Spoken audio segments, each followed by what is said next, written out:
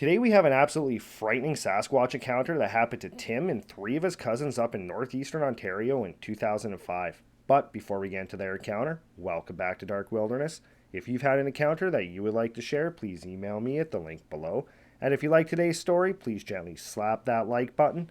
And before you go riding your bike down a dark gravel road, don't forget to hit that subscribe button so you don't miss out on any future content. Now, let's get into today's encounter.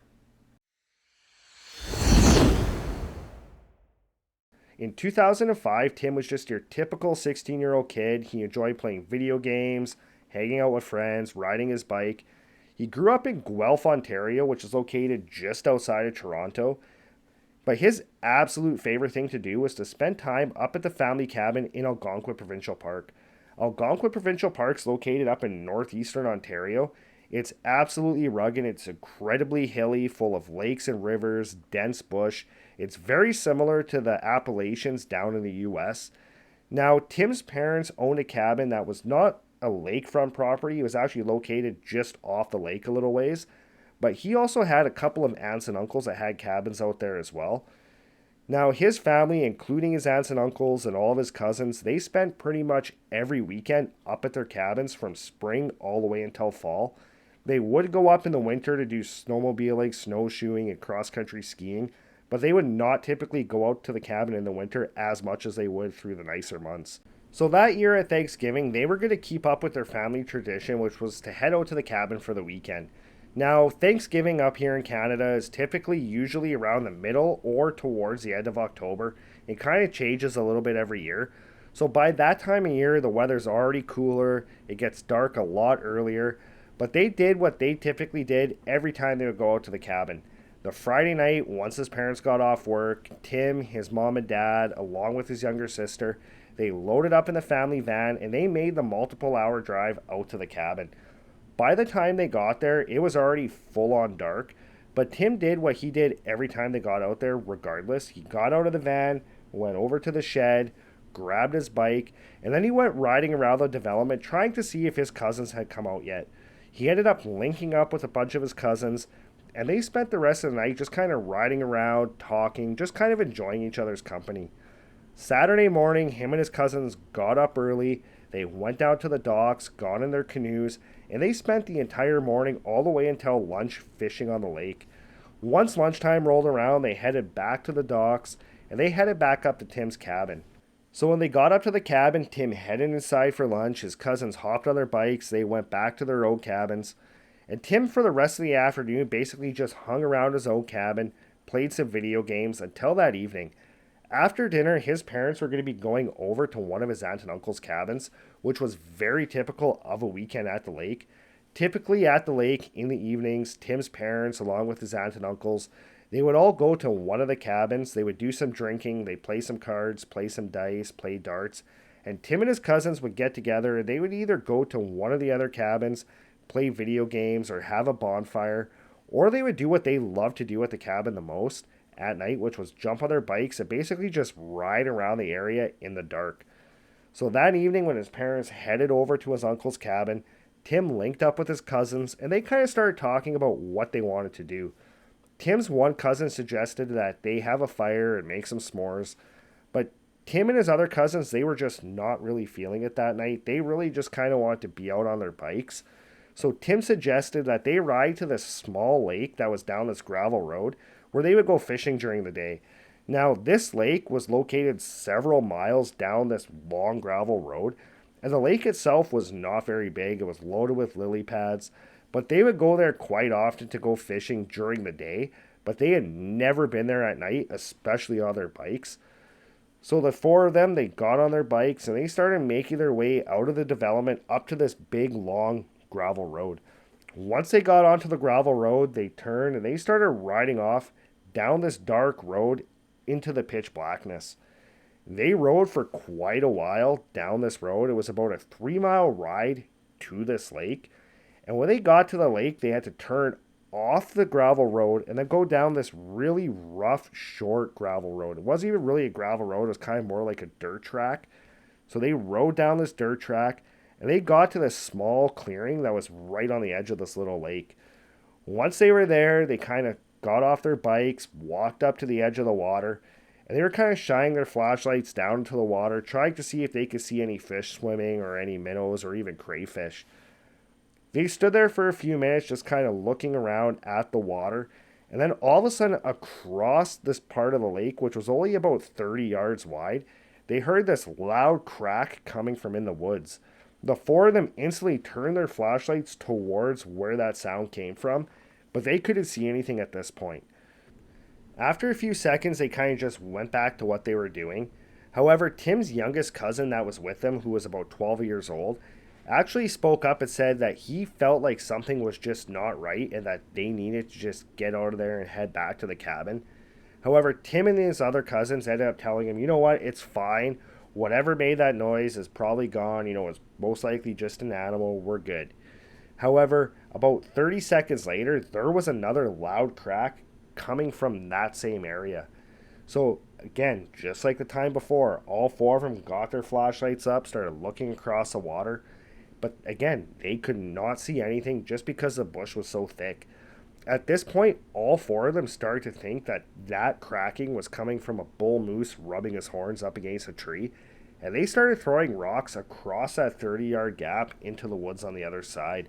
Now, Tim admits that that was incredibly stupid because that time of year, moose are in the rut, and a bull moose during the rut is typically the most dangerous animal in North America. They are incredibly aggressive. They've been known to charge at trains or semis that time of year.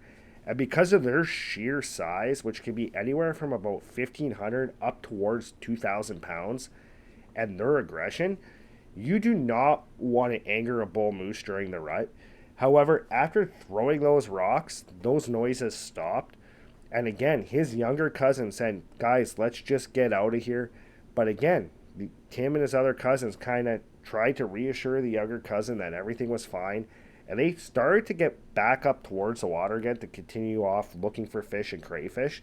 When all of a sudden they heard something absolutely massive walking through the bush on the other side of the water. So again, they all got their flashlights up. They're looking across the water, but they're not seeing anything aside from the occasional branch of a tree move or the occasional bush shake. So they're looking across the water, trying to figure out what's walking through the bush there. And they start to kind of pick up that the footsteps that this thing is making as it's moving through the bush did not sound like a moose. It did not sound like a cervid. They did not hear the typical sounds of hooves on the ground and on the rocks. And the way that the footfalls were did not really sound right to them. Tim said that him and his cousins, as they were listening to this, he said it was almost like each one of them, within a couple of seconds, all of them said, that sounds like a person. It sounds like 2 feet walking through the bush. That does not sound like a moose or a deer.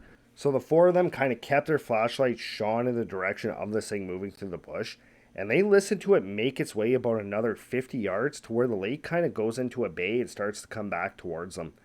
They listened to this thing make its way around part of that bay, and then all of a sudden, through the light of their flashlights, they saw this absolutely massive figure step out from behind this large pine tree. As soon as this thing stepped out, Tim said that he could tell if this thing was absolutely massive. He said it was about 9 to 9.5 feet tall and incredibly wide. He said he did not get a real good look at the facial features or any other features of this thing. But as soon as it stepped out from behind that tree, his younger cousin that entire time kept saying that he had a feeling like something wasn't right and that they had to get out of there, yelled, "It's a Bigfoot."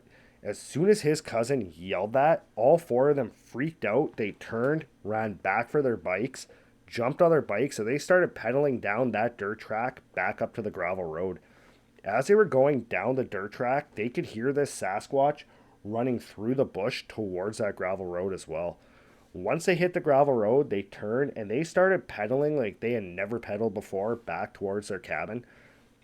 For about 300 yards, they can hear this thing running parallel to them along the side of this road.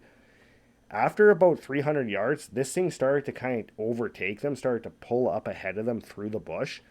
And then all of a sudden, right in front of them, standing in the middle of the gravel road, they saw that same massive silhouette standing right in the middle of the road.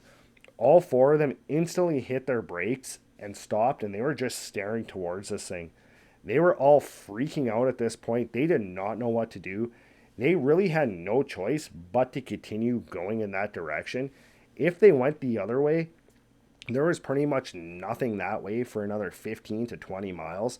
So they knew there was no safety going that other direction and that they really had no choice but to keep going that way. So they just kind of stood there staring towards this thing, and all of a sudden it let out this blood curdling scream. When it screamed, Tim said he felt like he was going to fall off his bike. He said he just wanted to curl up in the fetal position right there in the middle of the road. And he was really hoping that just at any moment he would wake up and this would just be a dream. So they just kind of stood there not knowing what to do. And this Sasquatch that just screamed at them started moving towards them. Tim said it took probably about 5 or 6 steps, stopped, and then it screamed at them again. And Tim figured at this point, for sure, this thing was just going to attack them. However, after it screamed that second time, it turned, walked back across the road into the bush towards that lake. As soon as it went into the bush, Tim and his cousins again started pedaling like they had never pedaled before. Tim said the rest of that ride, all the way back to his development, he said that was the most horrifying moment of his life because he said he felt like at any point this thing was just going to come running out of the trees and that would be it for them. Tim's advice is if you're ever out of the woods and you hear any type of sticks breaking or branches breaking, he said, even if you think it's a moose or a deer, he said, just try not to anger whatever's making that sound. He does not recommend ever trying to intimidate any animal. He said it doesn't matter what the animal is. He said you don't want to intimidate any animal and anger it. He said animals will react out of fear or out of anger very unpredictably. So he just recommends if you hear anything, he said just kind of leave whatever's making that noise alone and don't try to anger them. Well, that's it for today's encounter. As always, thanks for joining us. And again, if you have any comments on this, please leave it in the comments below. And if you haven't done so already, before you hop on your bike and start riding down a dark gravel road, hit that subscribe button, and I'll see you next time.